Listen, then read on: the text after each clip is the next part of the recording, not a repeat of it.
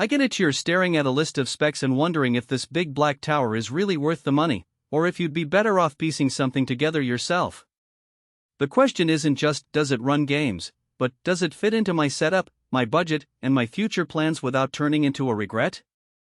That's the kind of honest assessment I'm trying to give you today. Link is in the description if you want to check the product details on Amazon.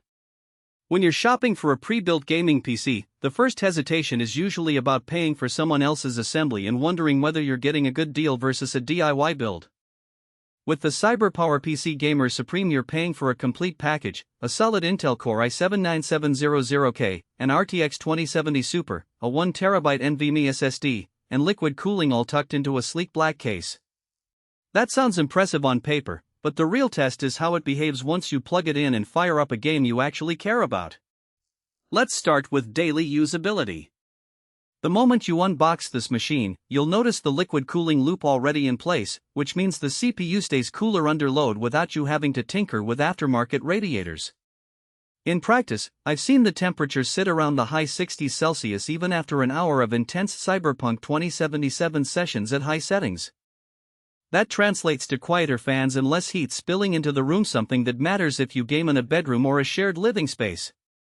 The RTX 2070 Super, while a generation behind the newest RTX 40 series cards, still punches through most modern titles at 1080p and 1440p with high frame rates. I ran Assassin's Creed Valhalla on ultra settings and consistently hit 7080 frames per second, which is smooth enough for 144Hz monitors. If you're aiming for 4K gaming, you'll start to feel the card's limits, especially in the more demanding scenes, but for the price point it offers a very respectable experience. Now, the SSD. A 1TB NVMe drive loads games in seconds, and because it's directly on the motherboard, you get that buttery fast response time that many gamers crave. I installed a few large games: Red Dead Redemption 2, Elden Ring, Microsoft Flight Simulator, and all of them launched in under 15 seconds, with level streaming that never stuttered. The downside? You only get 16 GB of DDR4 RAM out of the box. That's plenty for most current games, but if you like to keep a browser, Discord, streaming software, and a couple of background apps running while you game, you may start to see the system dip into the page file. Upgrading to 32 GB isn't a nightmare, but it does mean opening the case and adding a second stick, which defeats the plug-and-play appeal for some buyers. Connectivity is another real-world factor.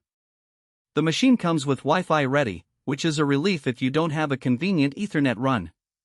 I tested a 5 GHz network and got stable 200 megabits per second speeds with low latency, enough for smooth online play. The rear I/O includes plenty of USB-A ports, a USB-C, HDMI, and DisplayPort, so you can hook up a monitor, a VR headset, and external drives without needing a hub. The only thing that might bother a minimalist is the size of the case. It's a full tower that takes up a decent amount of desk real estate, so if you're after a compact setup, you'll need to look elsewhere. One of the less talked about strengths of this CyberpowerPC is the support package. They throw in a 1-year parts and labor warranty plus free lifetime tech support. In my experience, that lifetime line isn't just a marketing gimmick. You can actually get a quick chat with a technician who walks you through BIOS updates or hardware swaps. For someone who isn't comfortable opening the case on their own, that safety net can be worth the extra few $100s. Let's talk about who should actually buy this. If you're a gamer who wants a powerful machine right out of the box, doesn't want to spend weekends building a rig, and appreciates the added peace of mind of liquid cooling and tech support, the Gamer Supreme hits a sweet spot. It's also a solid choice for streamers who need a capable GPU and a fast SSD to handle both gameplay and encoding without lag. The price sits in a middle-range bracket, cheaper than a custom build that would match its performance, but still higher than entry-level pre-built, so if you're looking for that best bang for the buck without cutting corners on cooling, this is a contender.